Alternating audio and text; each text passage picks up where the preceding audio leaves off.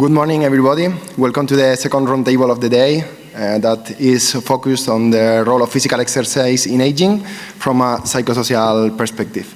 I am Pablo Monteagudo from the University of Jaume I, and it's really a pleasure for me to present the two speakers that will be listened in the next speeches.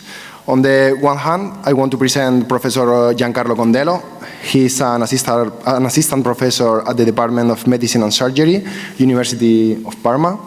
In the past, Dr. Condello was an assistant professor for 3 years at the Graduate Institute of Sports Training at the University of Taipei in Taiwan.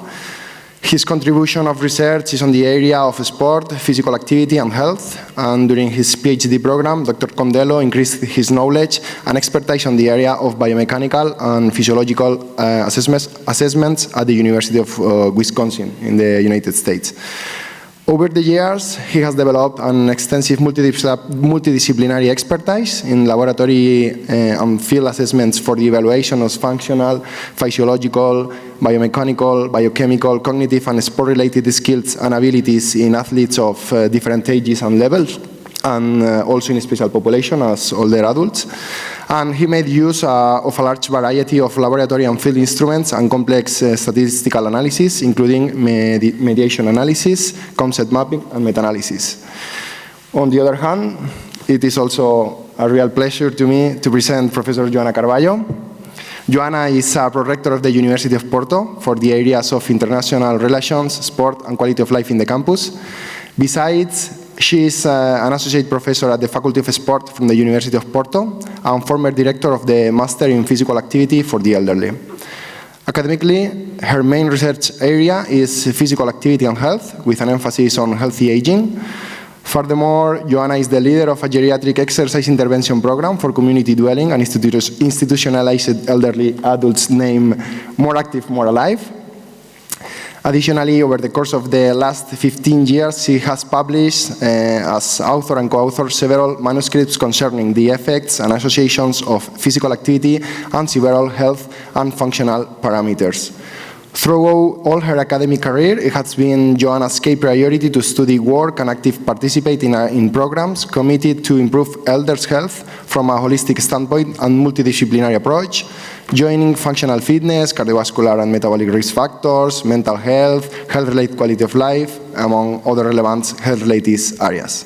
So these are the speakers. And before starting with the first talk, I would like to explain the organization of the table. Firstly, we will listen to Professor Condello with a presentation entitled Physical Activity and Health Perception in Aging. Then the public could ask 1 or 2 quick questions about that talk while we prepare the presentation of Professor Carballo. Secondly, we will listen to Professor Carballo with the presentation entitled Promoting Active Aging from the University to Society.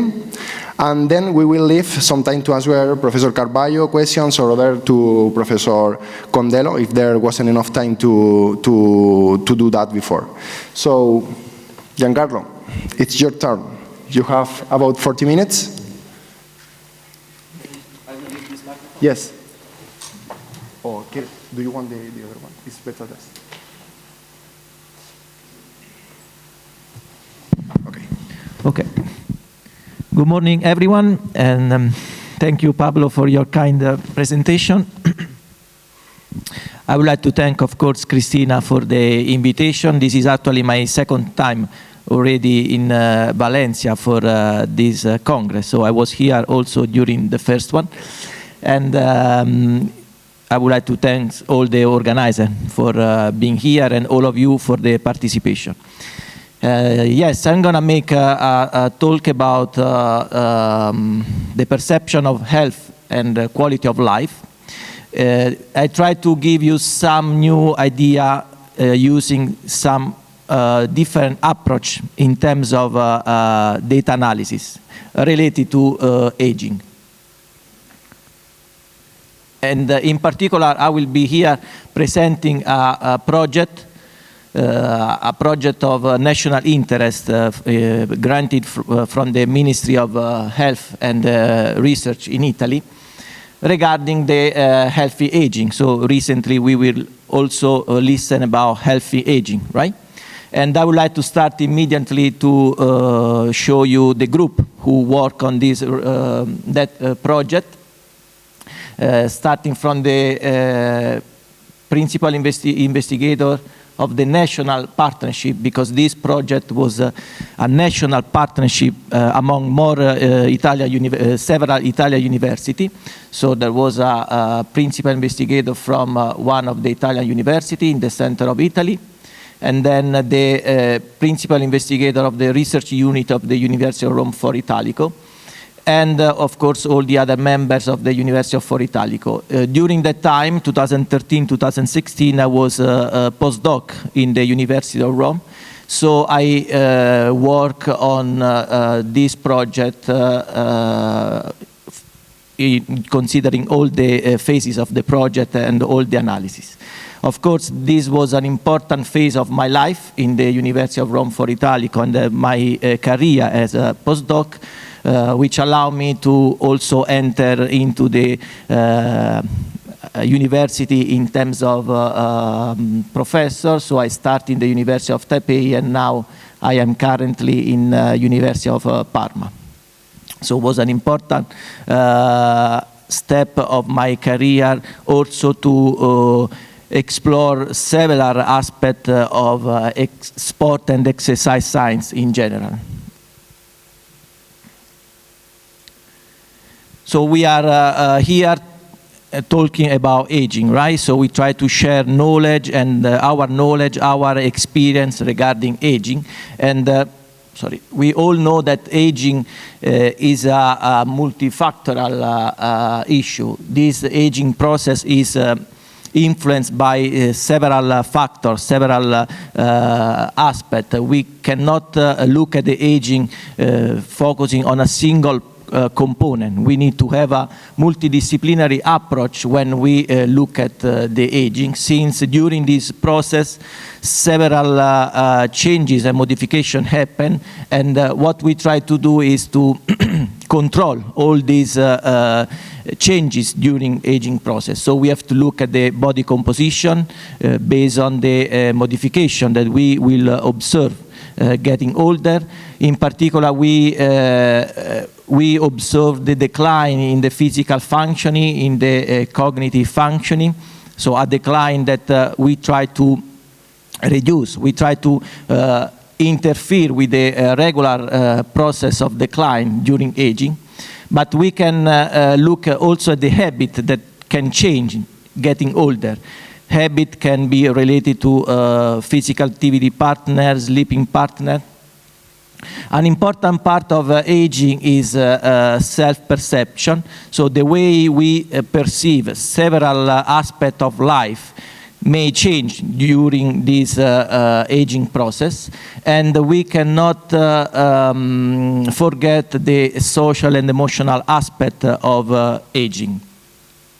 Plus, there might be condition of disease, of disorder that may influence with the regular aging process. So we have to consider several factors. We can call factors, variables, and we will see we can call also determinant, in order to try to reach this healthy aging. So aging is a process that we cannot interrupt, but is a process that we can modify, is a process that we can adjust in order to maintain this healthy condition, a state of well-being, in order to try to maintain a functional ability. This is the goal of the healthy aging. In fact, we know that the age-associated decline, for the age-associated decline, what we can do is to apply prevention strategies. And anytime we need to apply some strategy, we have to think about the modification of the behavioral of each individual during the lifespan. Of course, we cannot talk about aging, modify the aging process when we are already older. We need to anticipate. We need to apply any possible strategy to reduce the decline that, of course, will happen. How we need to modify the behavior of people. And in the past, we work on a big research on the determinant of diet and physical activity in order to understand all the determinants, all the factors that can promote or inhibit the behavior. And when we look at the behaviors, we always consider three important behaviors in life. Those related to physical activity, those related to sedentary behavior and diet. We always need to consider this aspect of life in order to reduce non-communicable disease or chronic disease. So how people can act in terms of physical activity, diet, and sedentary behavior, there are several determinants that can influence this behavior. And we work during this period on all the evidence and the new eminence related to the determinants. So if you are interested, you can look at this name, DETIPAC, and see all the summary of evidence that we have also in terms of lifespan, so for the entire duration of life. After this big project, we are now involved on a, let's say, a follow-up project of the previous.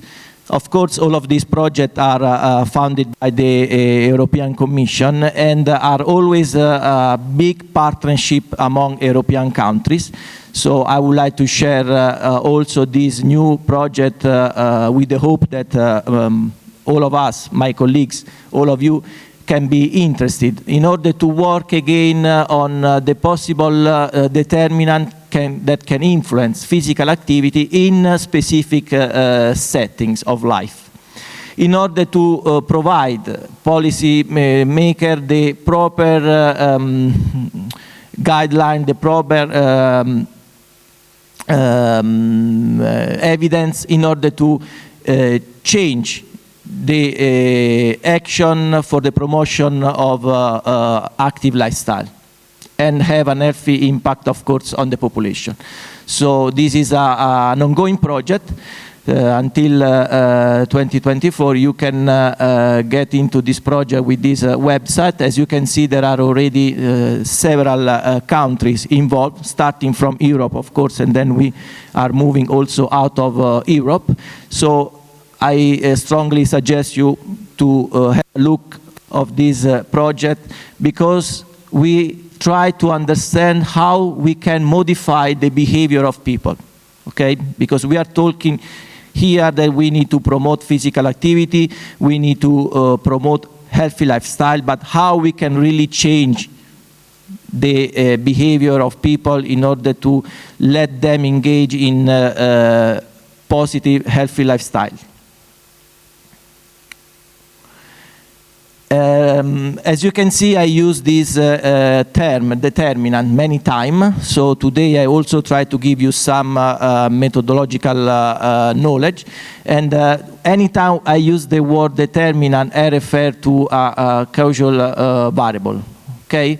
But today, in particular, we will look at also the term mediator, which is another kind of variable which can influence a cause-effect relationship between an independent and dependent variable. So today we try to see how all these variables can be linked together. We also have moderator, confounder, so when we do research, we can look at several variables.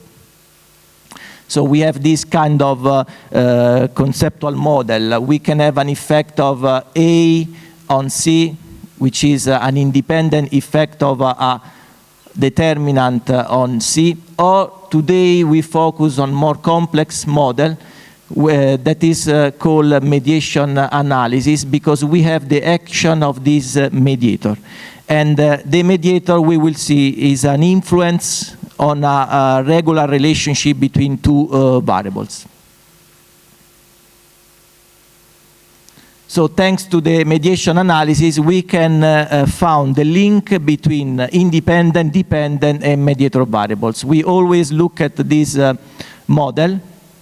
We may have a relationship between X and Y, but how this relationship is mediated by another variable. Okay, this is the critical part of my speech. This is the the important part of the approach we use on that project in order to study this aging, healthy aging.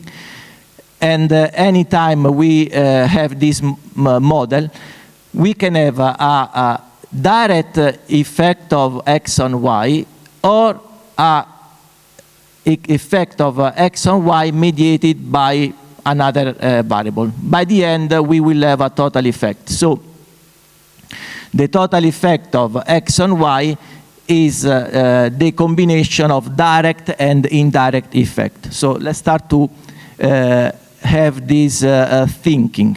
I can have an influence of one variable to the other, but this linear relationship can be influenced by another different variables. That is quite simple. We may have also a more complex model, as a series of multiple mediator models, where we have more mediators. Okay, so the relationship between X and Y, it can be also influenced by a series of mediators that we link each other. And of course, the total effect of this model will be the combination of C first, the direct effect of X and Y, and all the possible combination. You can see all this line will tell you all the possible combination that we can observe, that we can use to explain a complex model. So going back to that research project, we wanted to investigate the healthy aging, and in particular we apply to study design, a cross-sectional study design in order to evaluate several aspects of individual, but we also did a small study with a subgroup for a randomized control trial where we apply a kind of exercise. So we tested more than 2,000 individuals with an age over than 55 years. With a different physical activity level. So we recruited people defined as sedentary, no any exercise, physical activity during the week.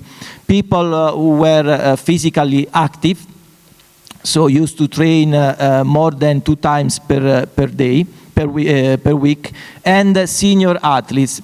As you know, recently there is this important phenomenon of the master athletes. So we can keep doing competition also at when we are over 50 years of age. Okay, is an important aspect of sport, because now sport is considered for all, sport is considered for health, so we can keep participating in competition. And we will see how this can be important. We consider healthy individual, but also with some clinical condition, in particular type 2 diabetes, which is increasing as a clinical condition, and is strongly related to healthy lifestyle. So we know we can modify the type 2 diabetes with acting on diet, acting on the physical activity. However, today I'm not going to present any data of this individual. And of course, we use a multidisciplinary approach. We try to evaluate individual considering several variables, body composition, several self-perceived aspects. We evaluated physical functioning. We evaluated cognition.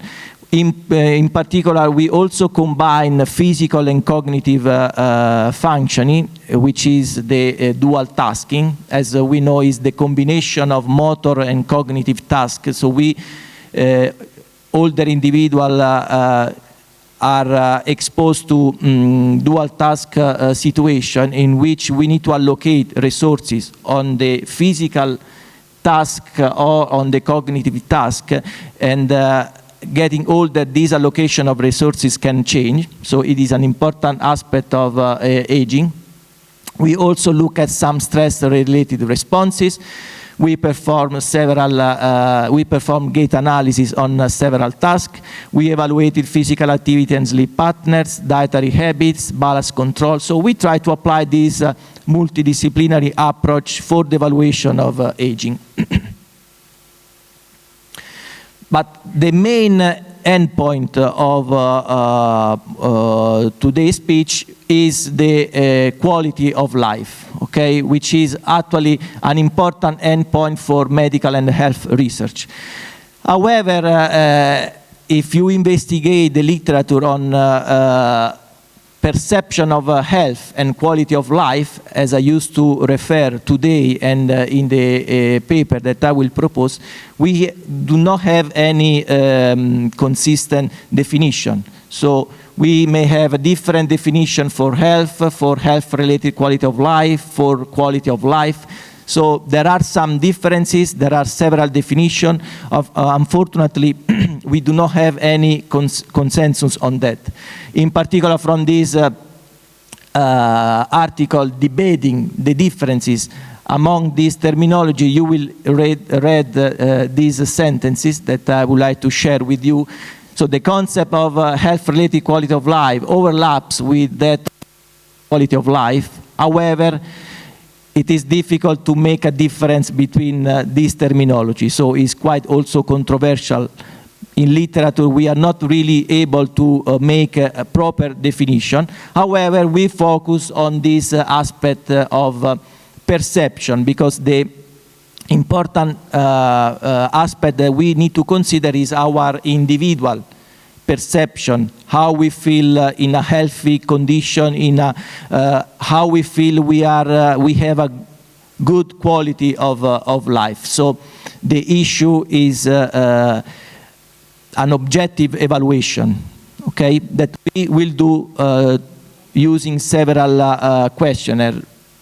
And what we know is that, of course, the perception of health, the perception of quality of life is a multifactorial concept, of course, and we can identify always a physical domain and a mental domain. They are related to each other, they are totally different. It's quite interesting, this issue, because we will see that there might be different perception of the physical health and the mental health.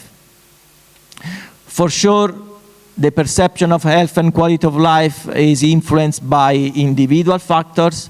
Can be the overall health, can be the presence of absence of some limiting disease.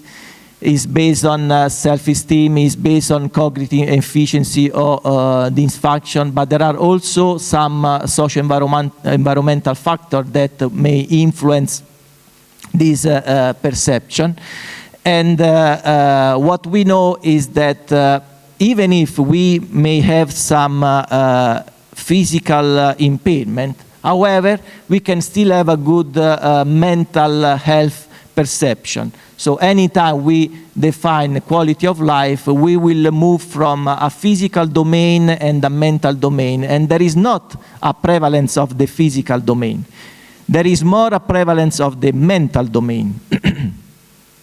Of course, we know that physical activity has a positive impact on both the physical and mental domain. So what we try to see is that can we influence this perception of health based on several outcomes, and can we influence the perception of health and quality of life based on our physical activity? There are several approaches to evaluate these issues. Of course, we can use a simple correlation analysis. Someone proposed a canonical correlation analysis, which is able to identify which factor has a main influence on a variable. However, we try to answer to this link between age and participation in sport to perception of health and quality of life using this mediation analysis approach. And we define several mediators related to body mass, body image, eating, exercise disorder, energy expenditure or energy intake, and functional fitness. So let's move to the first article we publish. In this first mediation analysis, we link the participation in sport with some of the mediators related to body mass, body image, and in particular eating and exercise disorder. In this case, we consider only individuals who were sedentary or senior athletes. So we take the two extreme conditions of our sample. Because, of course, we hypothesize a higher impact of being in competition for a long period of time during the life.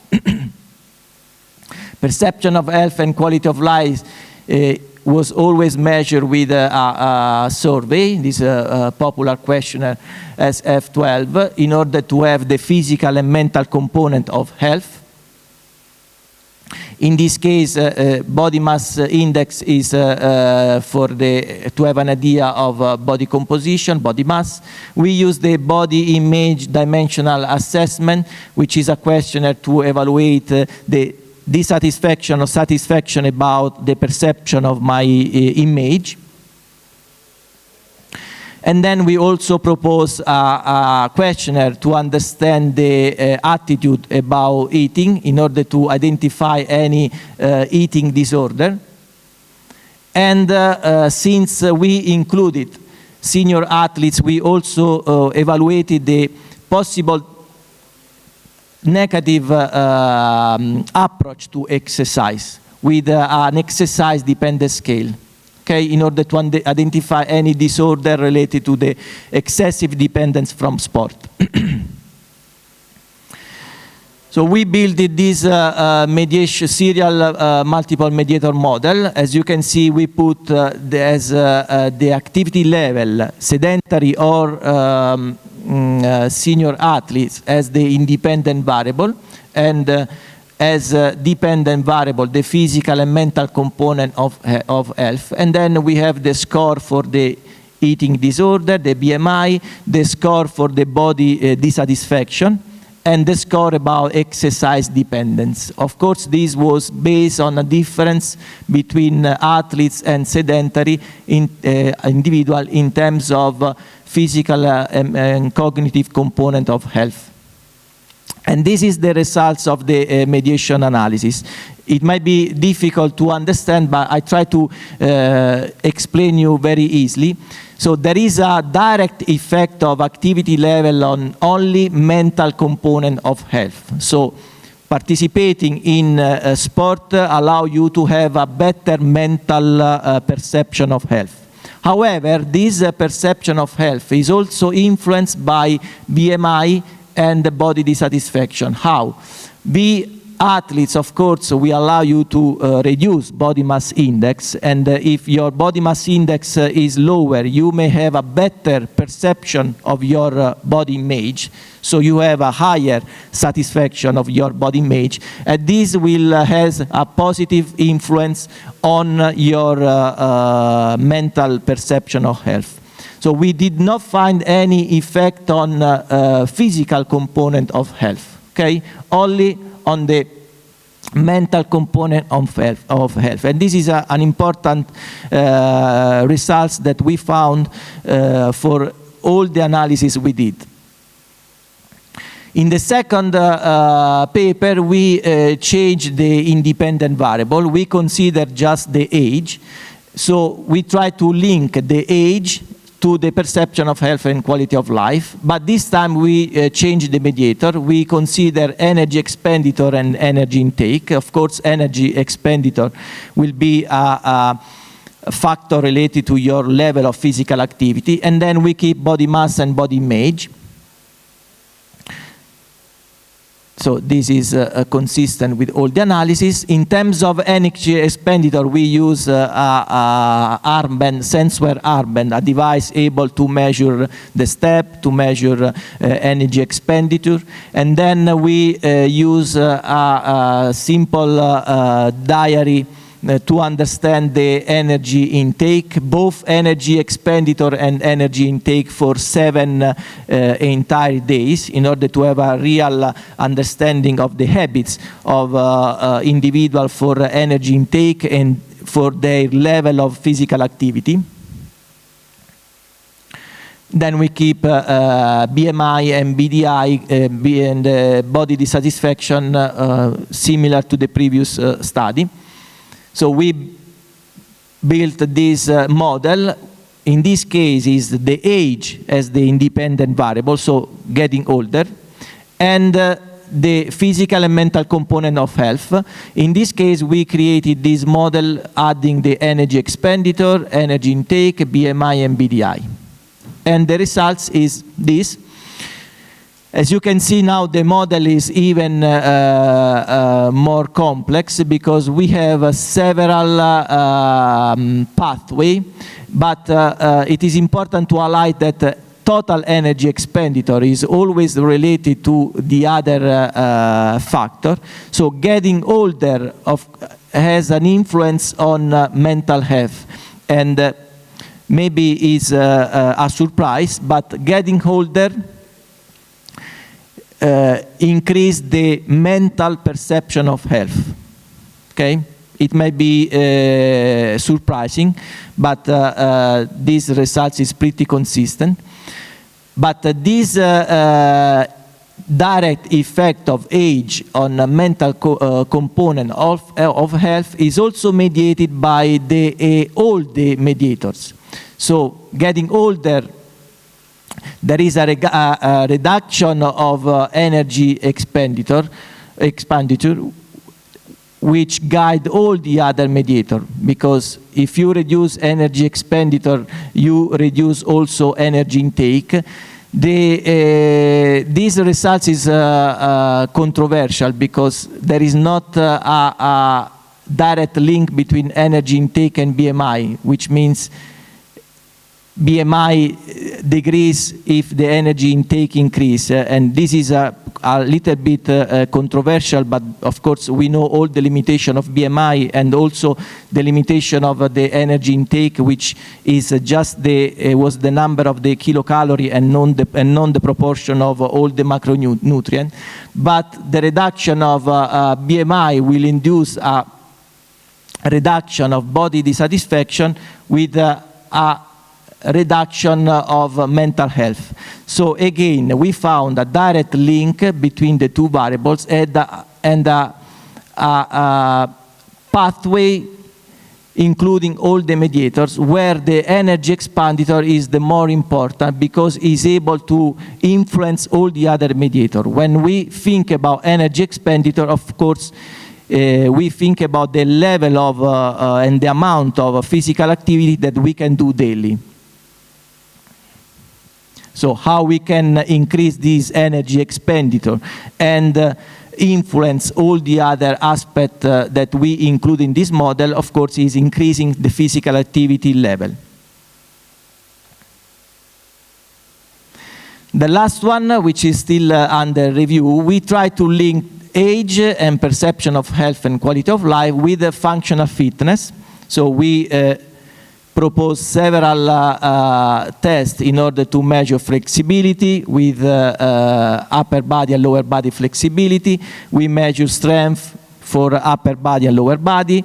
We measure interlimb coordination, which is an important aspect of functional fitness. So if we are able to keep the coordination in phase, okay, or anti-phase, okay, which is, of course, one is easier, and the other task, anti-phase, can be complex, in particular because you have to follow specific speed when you apply this test, but can provide us an important evaluation of coordination.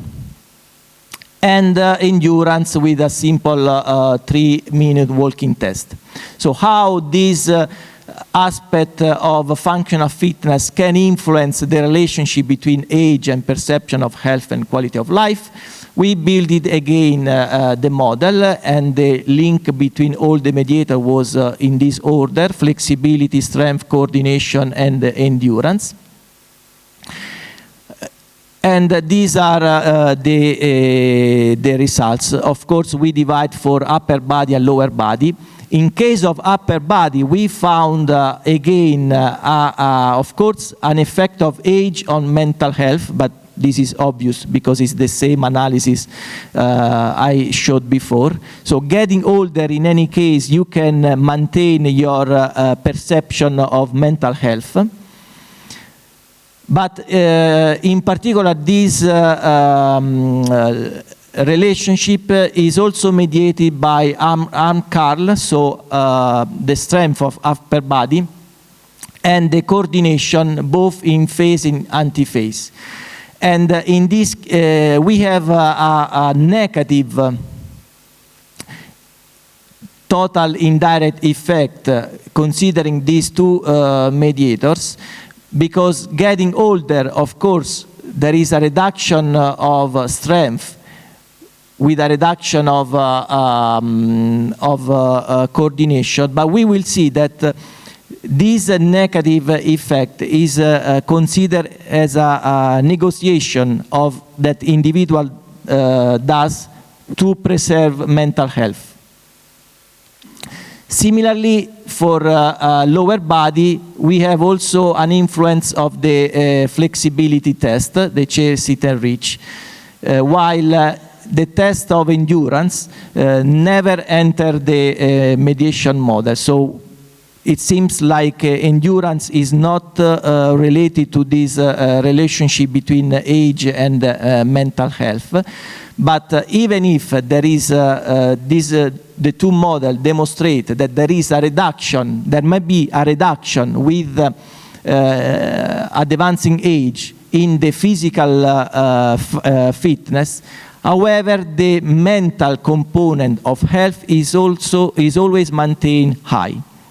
And this is quite interesting, and it reflects the previous story that I told you. When we think about perception of health, we need to divide physical and mental component, so we can still preserve mental health even if we have a reduction of functional fitness.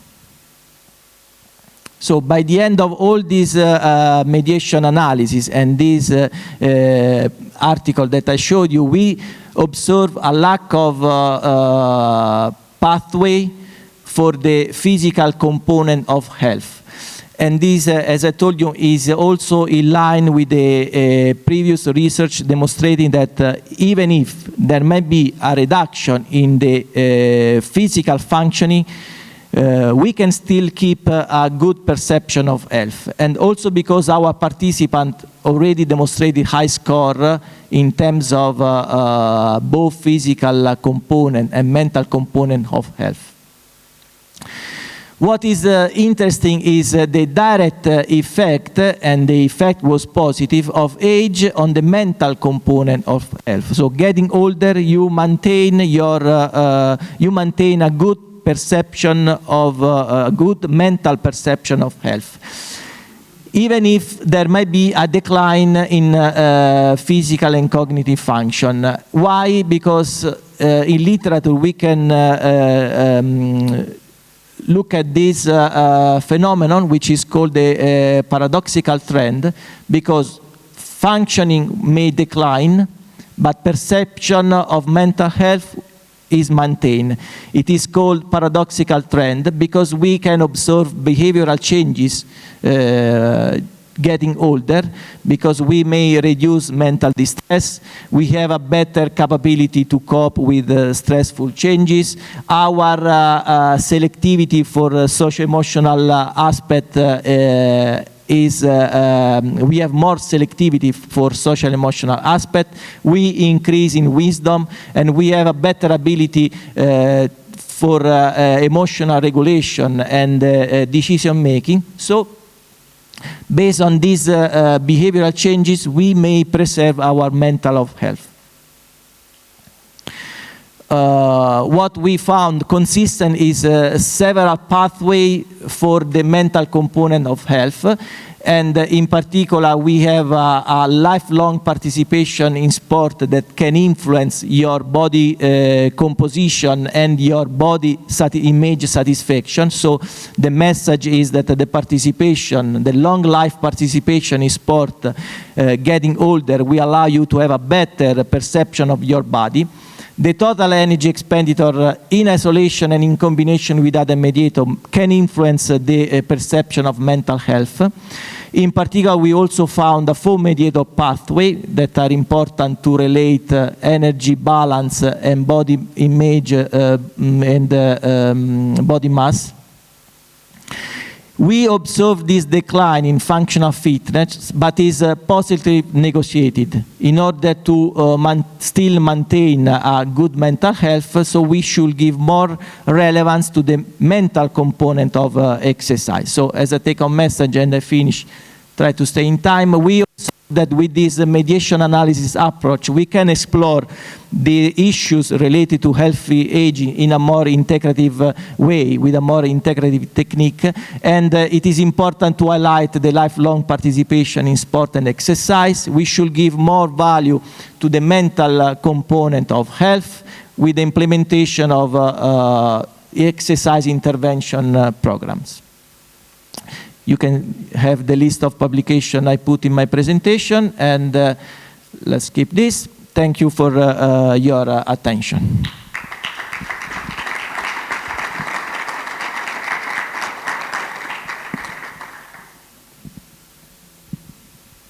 Thank you, Giancarlo, for your nice presentation. Time for questions. One quick question for Giancarlo, while I know, please, the presentation of Joanna.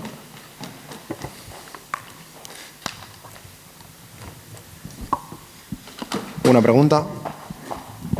Cristina, please. Thank you very much for your talk. It's always a pleasure to listen to you. Giancarlo, I have been surprised about the not influence or less influence of endurance on the 6-minute walking test or so, that mobility. Yes. And I want to know your opinion on... Yes. Oh, okay. Yes, we did not see any effect of this aspect of endurance. We measure with a 3-minute test, not 6 minutes. We reduce because, in particular, to give the possibility to people with type 2 diabetes to do the test. Anyway. Yes, there was a prevalence of strength and coordination more than endurance. So basically, no on the cardiovascular aspect related to aging. Of course, in that sample, did not relate with the perception of health. And I believe perception of health may be more influenced by this strength, so we may highlight more the issue related to strength and in particular coordination. Yeah, because the ability to combine also the coordination between upper body and lower body may be an important deterioration that we have. So this deterioration may influence more health than the deterioration of endurance. Okay, so my last consideration for next studies. Don't you think that it could be related to the fact that what makes me feel bad is not getting what I want? And perhaps when they are doing the 3 minutes, they are not really doing an strenuous effort. But when they are doing coordination, they feel limitations.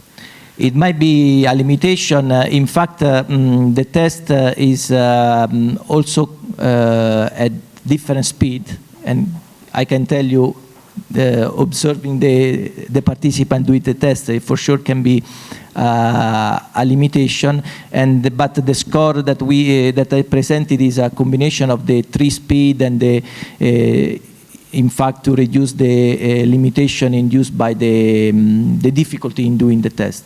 While probably, yeah, just walking is not perceived as a limitation. Yeah, for sure, it's a more complex task, but doing the interlimb combination, but is something that can be also important to control for daily life activity, I believe.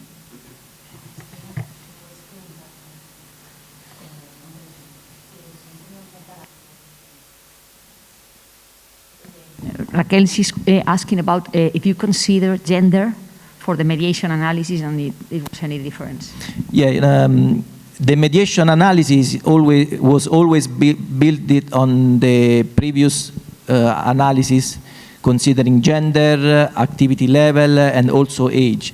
And actually, we did not observe differences between male and female in terms of perception and in terms of several variables. Even for yes, of course, for functional fitness, we observed some differences. I put on the back all the data. Maybe later I can demonstrate you. But yes, we found limited differences between gender. So we applied the mediation analysis for the entire sample instead of divided by gender. Thank you. Thank you. Grazie mille, Giancarlo. Thank you. We follow with the presentation of Joana Carballo. Are you ready? Yes, of course. Come on. Let's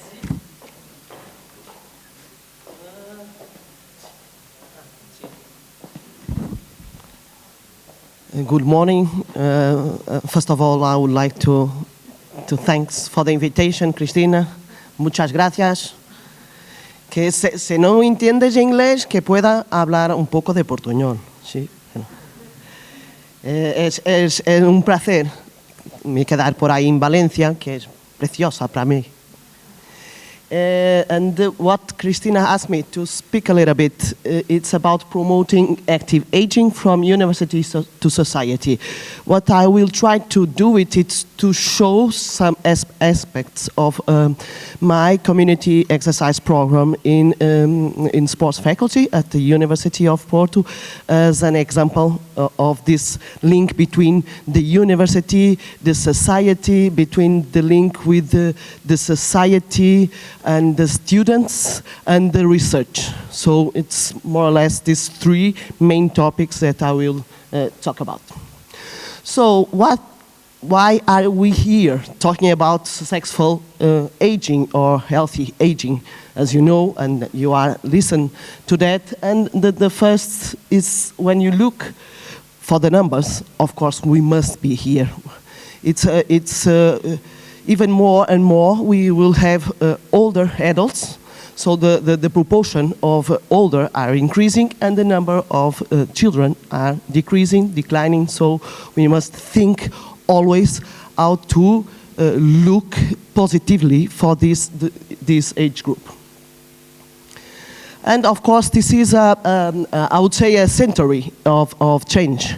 If we, of course, now we are living a pandemic situation, but yeah. But we can more or less control the infectious diseases, and that allow us to increase life expectancy. But with this life expectancy, there are several diseases that are growing, and that's why we are here talking about these diseases or these disability conditions, and that are, as Giancarlo said, related with our lifestyle. So, and the problem is that this increasing of longevity is related, of course, with the rising healthcare costs worldwide.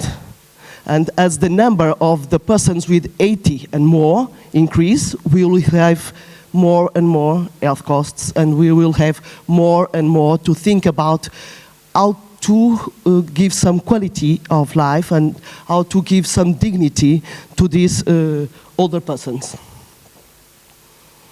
So we must think about life. Life expectancy, of course, is a positive aspect, but we must think about how they live this longer living, this with quality of life, with health-related quality of life. So, of course, we must think about, when we talk about the increasing in older population, we must think about increase of lifespan. Yeah, of course, it's important. And that we are getting older and older. It's a very positive. But of course, we must think about the decrease of morbidity, disability, and chronic diseases. So I will speak about, and that's my main point with my exercise program, is to think about the active life expectancy. That persons can be independent, autonomous, still later on. And even when they are in a frail condition, how can I give in that condition more quality of life? As Giancarlo said, we are, as we age, we have several changes that are related with our health, with our functionality, with our quality of life. And these changes have consequences in our individual and social costs. Normally, the first thinking is to think about aging not as a successful aging, but as a pathological aging, that they take a lot of medicines for different chronic conditions. Normally, as Giancarlo said, aging is related with body composition changes, it's related with obesity, is related with hypertension. As we get older, this is a higher prevalence condition, with dyslipidemia, and with osteoarthritis that we have also spoke this morning, and that can restrict a lot the physical activity, the daily physical activity, because it induces pain. So the older will restrict their physical activity. And of course, we must think about osteoporosis also. And what we know is that if we get a good big bone mass, probably we will not have such problems later on. And this is especially important for women, that we know they have more problems with this kind of diseases. And that's why mechanical loading is so important for bones, even later. And of course, this muscle condition that already spoke in the sarcopenia, that can influence muscle strength, that we need to do daily life activities, so others start to have more difficulty to do it if they don't have muscle strength. We need muscle power to counteract an imbalance, to prevent the risk of falls and, of course, the osteoporotic fractures, and muscle endurance. It takes longer. It's very hard to do the same task. It's more and more and more difficult. So probably I will not do it because it's more and more and more difficult. And this is a negative cycle. Because of that, we will reduce physical activity, and we will increase disability. And with that, we will increase sarcopenia. So we must cut this negative cycle.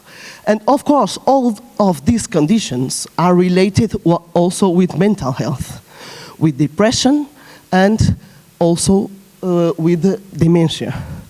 So now I will show you later on, a group since 5 years ago with Alzheimer's diseases. And I have very, very nice results. I was very, very afraid to start the program, but it's a very, very nice program. So I'm here to speak and try for you to think about successful aging. And that, the main point, as Giancarlo said, it's the keys to embrace aging. It's nutrition, of course, and physical activity. And what physical activity? the non-formal that we make every day. If we go walking, if we go to this with the skeleton, or if we go by the elevator. And formal physical activity, that's why I have the program that is planned, that is adjusted to a specific condition, to a specific age, to a specific functional condition. And what I want, probably it's different between dementia, I do a lot of dual task, and with the community, older people. And what we know, Spain is not so bad, as we can see, but Portugal, you can see the sedentary behavior, it's very high. And when we look in Portugal, in the physical activity fact sheet from of 2021, we can see that 77% of the Portuguese adults are insufficient active. And after 55 years of age, only 17% meet the minimum of the physical activity recommendations that probably you will know, but I will talk about. And we know that there is a strong evidence with this association between physical activity and, for instance, all causes of mortality and a lot of different chronic conditions that we can see here. And that's why physical inactivity is considered the fourth leading risk factor for global mortality from the World Health Organization. And that's why one of the 9 targets of the World Health Organization for 2025 is to try to reduce at least 10% of this insufficient physical activity. And of course, we must think again in health costs. And as I told you, when we increase, when you get older, we have higher health costs. But the difference between being active or inactive, it's so high that I can go away, and this justifies why we must think about exercise and physical activity. And of course, when normally we relate the decline of physical function with age, of course it's important. We cannot say, no, it's not important. But mainly it's related with inactivity. And the master athletes are a good example of that, because they still go on training every year. So let's cut this negative cycle between increasing age, decreased exercise, decreased physical abilities, further decreasing exercise, further increasing disability. It's time to change habits. What I want them to think is, normally older persons, most of the older persons think, I can't. I want to try for them to say, I should. And I think most of them recognize the benefits of the exercise. And then I should, but they still have sedentary behaviors. I will, and then I am. I am active. I am exercising. And this, of course, all of you should know what are the benefits and what are the minimum physical activity that is recommended. And we must do at least 150 minutes per week of moderate exercise. This is thinking about from 0 to 10, it's between 6 and 8 of the perception that of my effort. And what can we do? First, we should create conditions for lifestyle changes. Otherwise, it will be very difficult for them to go in an exercise program. And we should have inclusive physical and sport practices. And that's why I will talk a little bit about my program that has 26 years now.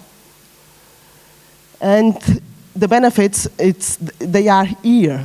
Of course, we cannot, no amount of physical activity can stop biological aging. But there are several benefits from regular exercising. At least it can minimize the sedentary behavior that we were talking about. And then we can go further for physical, social, and psychological benefits and cognitive benefits. So I should ask the others, don't ask me why I run, why I exercise. Ask yourself why you don't. Why don't you run if you know that there are several benefits? But as we know, we have several barriers that we should counteract. Normally, all the time, I don't have time. It's the first thing. Why don't you exercise? I don't have time. They have a lot of time. It's organizing the time and put it on our regular day, put the exercise.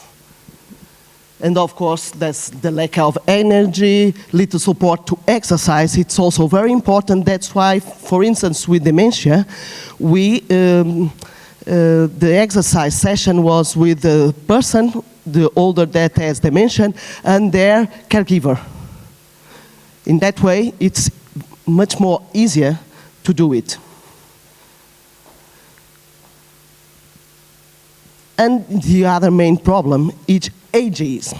And ageism is the way we look for the older, if they can or if they cannot. If the exercise is okay or is contraindicated, or they cannot do it. And this is very, very important, because if we, even the media, when they ask you to do, can you just talk about something that is some master athlete, for instance, that has a special performance, should be normal, not as a special thing. So we should overcome these barriers to exercise for older adults. Show them that it's possible and think that it's possible, not impossible. I think this is a very positive image of aging. So why not enjoy a longer and healthier lives? We should think about that. And it's normal, because everyone will get older, and everyone wants to be healthier and happier. So, but of course, when we talk about exercise, there are several benefits, but if we increase, and depending on the condition, there are risks. So that's why I must think about these guidelines, this dose response. How much can I give to have this response? And what can I give without risks, even if I don't get as many benefits as I could get it. But that's the main important thing. No risks with exercise. And it takes me to the frequency, intensity, time, and of course, type of training. If I want to increase my muscle, probably strength will be better. If I'm talking about cardiovascular, probably aerobic will be better. But the problem is that the older have all of these conditions. So that's why the prescribing guidelines talk about a combination of activities, a combination of aerobic, strength, flexibility, balance, and I would say for dementia, cognitive, the dual task. And of course, as any medicine, we should say you must walk 10 minutes with this intensity, with this, and this type of training. Otherwise, it's better than nothing, of course, but for motivation, it's important to know how much should I do every day, every week.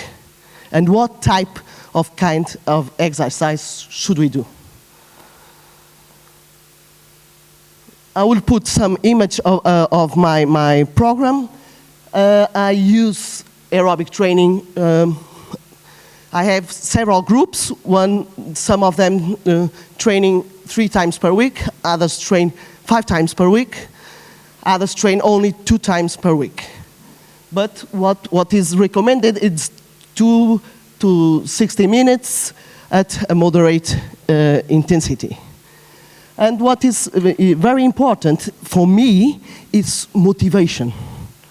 And that's why the variety of activities, it's very, very important. If you just do walking around something, it's very boring. We must do different activities. Dancing, it's okay. Yes? Why not? And even some leisure games, that what I want is to increase their heart rate and respiratory rate. And with that, I will train aerobic. And of course, think about the type of activities with low impact activities to prevent the fatigue injuries. And how should I do if I have 30 persons in a room? Oh, yeah, I know it's 60 to 85%, but how can I do it? How can I manage the intensity? And the talk test is the best way to do it. When they start to talk a little bit like that, okay, they are near 85%. So we must control with that. And of course, if they cannot get it for 10 minutes continuously, I will do 5, then I will increase to 8, then I will increase to 10, then I will increase to 15. Among the here. You can see some of them like to ride bicycles, others like to go to the treadmill, some of them just walk, and the others can run. So it's depending on each other, the activity. We'll do also strength training, trying to use large muscle groups. Of course, the lower limbs, upper limbs, and postural for balance are very, very important. So we focus on them. We focus on the respiration, yes? To avoid maneuver because of the hypertension, you know, and control movements. If you don't say nothing, they will do this and that. And that will be very dangerous for the elbow. So 1, 2, 3, and 1, 2, 3. So very control, and biomechanics also, because normally if you don't say nothing, they do something like that. And you say, no, the movement is just this one.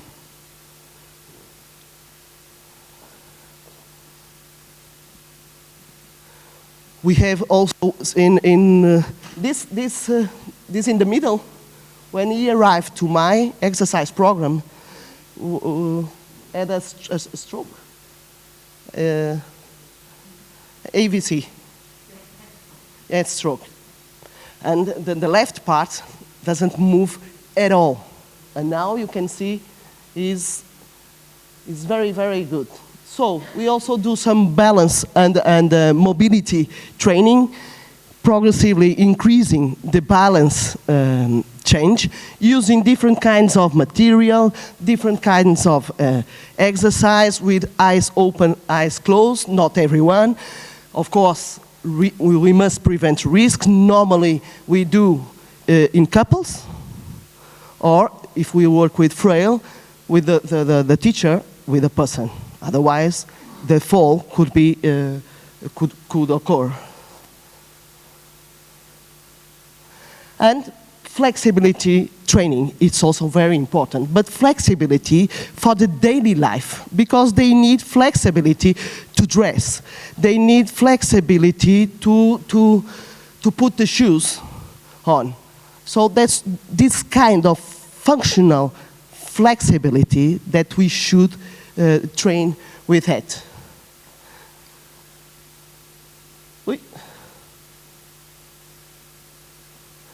And as I told you, we now do some exercises with dementia and Alzheimer, and main focus is strength, balance, and cognition.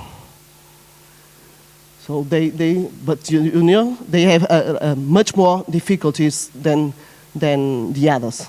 And we should adapt the exercise for the condition. The dual task always present in a ludic way, because this is the most important thing for me.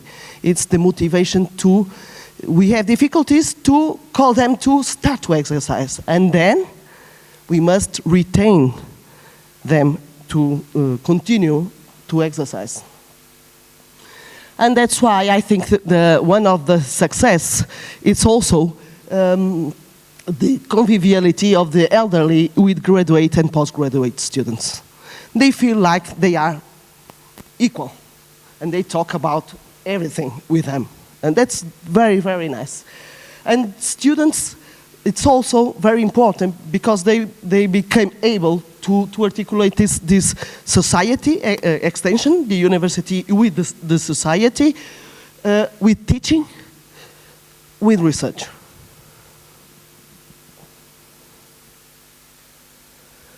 But I can get it because they don't, it's for free. The exercise program for the older, it's for free, and I can get it only because I have some projects founded. That's why I must relate always the teaching, the research, and the community program.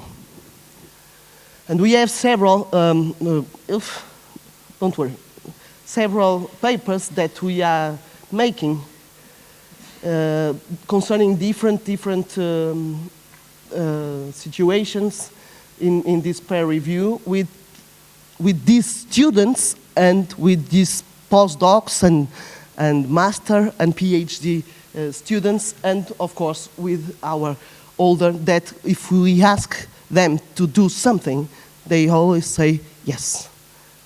Because they know they are there for this, for teaching and for research. And some data that I can tell you, it's that the intensity of the multi-component training, that's the combination of different kinds of training, is physiological adequate and safe with regard to potential cardiovascular risks, and can be performed with high tolerance by the elderly population. And this multi-component training appears to be effective in mitigating the decline in physical and functional fitness, and also induce favorable improvements in lipoprotein profile, being associated with a positive modulation of antioxidation capacity. And of course, if it has weight-bearing activities, that's why I told you that mechanical loading, it's very important. We also see some bone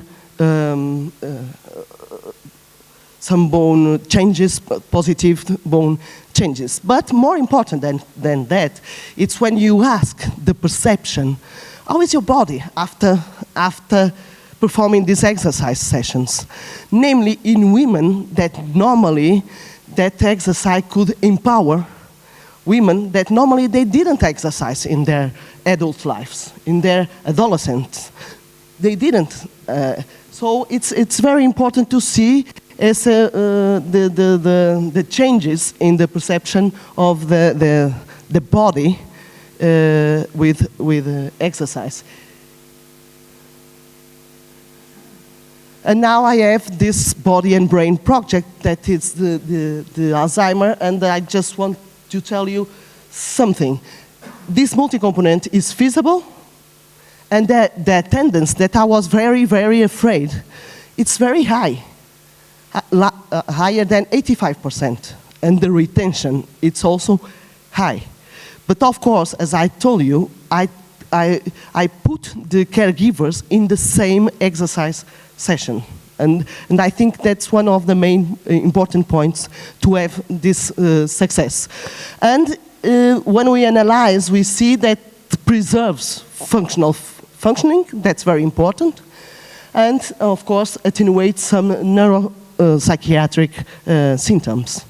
So it influences the distress of the caregivers at home. And of course, with that, it's a known pharmacological strategy to improve physical and cognitive function in institutionalized and non-institutionalized Alzheimer's diseases older. And of course, we have, as I told you, this PhD thesis, several papers in scientific meetings, and I'm just finishing. I told you, yeah? That's because I want to lunch, nothing more than that. That we should change mentalities. It's never too old to start. Of course, as Giancarlo said, it's better to exercise during lifelong. But it's never too old to exercise. We should not think they can't. They can. They should, and they are, as I told you in this program. So, one of the main message that I want to give you is to have a balanced according to the age, according to the motivation, according to the clinical and functional status. That's the main important thing, because they must have success in the task. If they don't have success, they will quit. So that's the most important thing for them to enjoy the programs of the exercise programs, and with that, I can continue my training and don't have detraining effects. Otherwise, I will have detraining effects. And what I want is for them to exercise with pleasure regularly. So, a Porto view, a very nice city also. Thank you very much. Thank you, Cristina.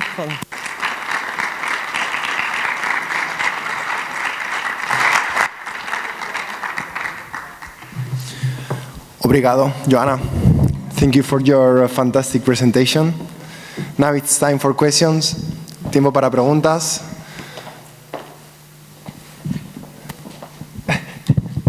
Hi. Okay. Yeah, please, Francesco. I do have a question. Thank you so much for your presentation. It was very interesting. And my question is, you mentioned that in Portugal it's difficult to have older adults involved in physical activity. So my question is, what strategy did you have in place to recruit older adults? The first strategy that I have is trying to work with health centers and also with municipalities. And then we, with the ones we have, we go to the gardens and promote some exercise sessions to show the others that it's possible. You know, in Portugal we have several gardens that the older are playing or something, chess or cards or something. And if I take at least 15 of my older from there, and they start to do something, because they can see that it's possible. The most difficult is with the institutionalized. Because the problem of the institutionalized is the mentality of the persons who are taking care of them. That it's very, very difficult sometimes, because you must take the elderly to a place to do something. But yeah, we normally, even now in the pandemic, we have trained some caregivers, some persons that work in the institutions. They were with us in the faculty. We just tried to train them, and then we gave the session online, and they helped in the institution. It was very nice. Thank you.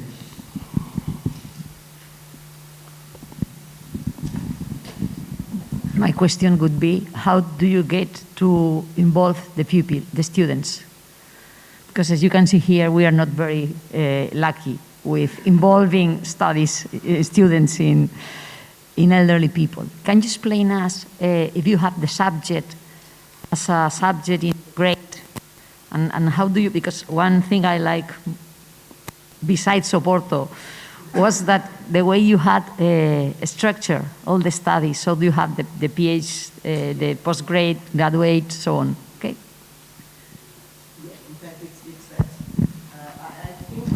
I think one of the things that students start to involve in the program, because now they are used to see them in the corridors of the faculty. It's normal for them to go lunch with them. So they are used to look for someone that is older but is exercising.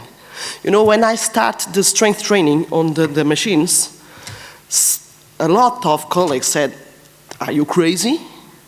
And I said, "No, let's try it." And now it's normal, and everyone knows in the faculty, even the students. And I think probably because they are used to see them, the older, exercising, it's okay.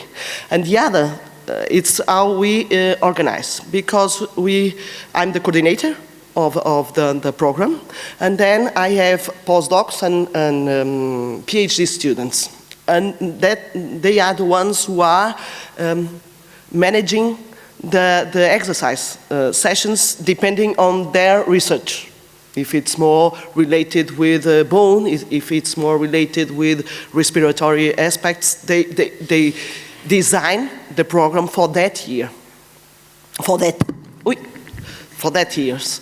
And then I have the masters, but I have a master that is physical activity for older persons. So the persons who are going there, they are asking for working with them. And then we have the graduate students that work with the masters. The master students are the ones who are doing the exercise, the PhD design and supervised. The masters are the ones who gave the exercise sessions, and the graduates helps in the exercise sessions. And normally the graduates then go to the master.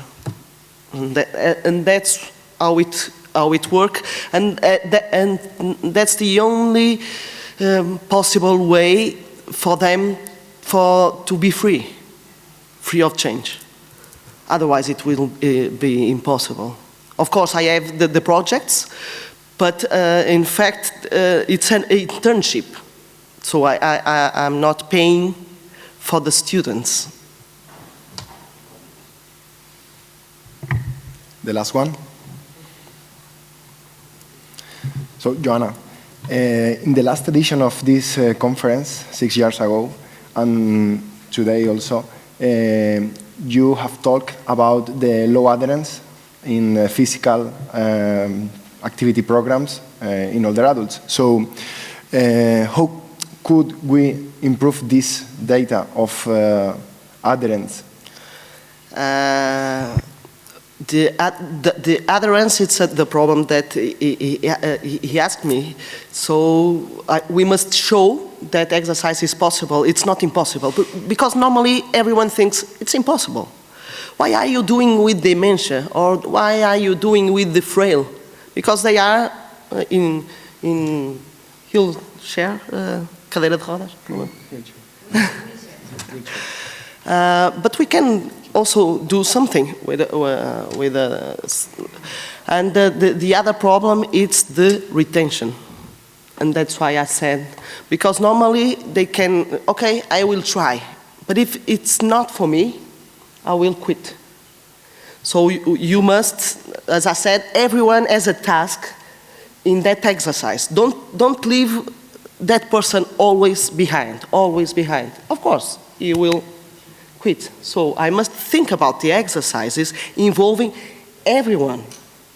So I have different progressions, different kinds with the same exercise, but live different levels of complexity and intensity, because they must succeed. I think it's the main important. It's to have motivation, it's to succeed in the task, and to do some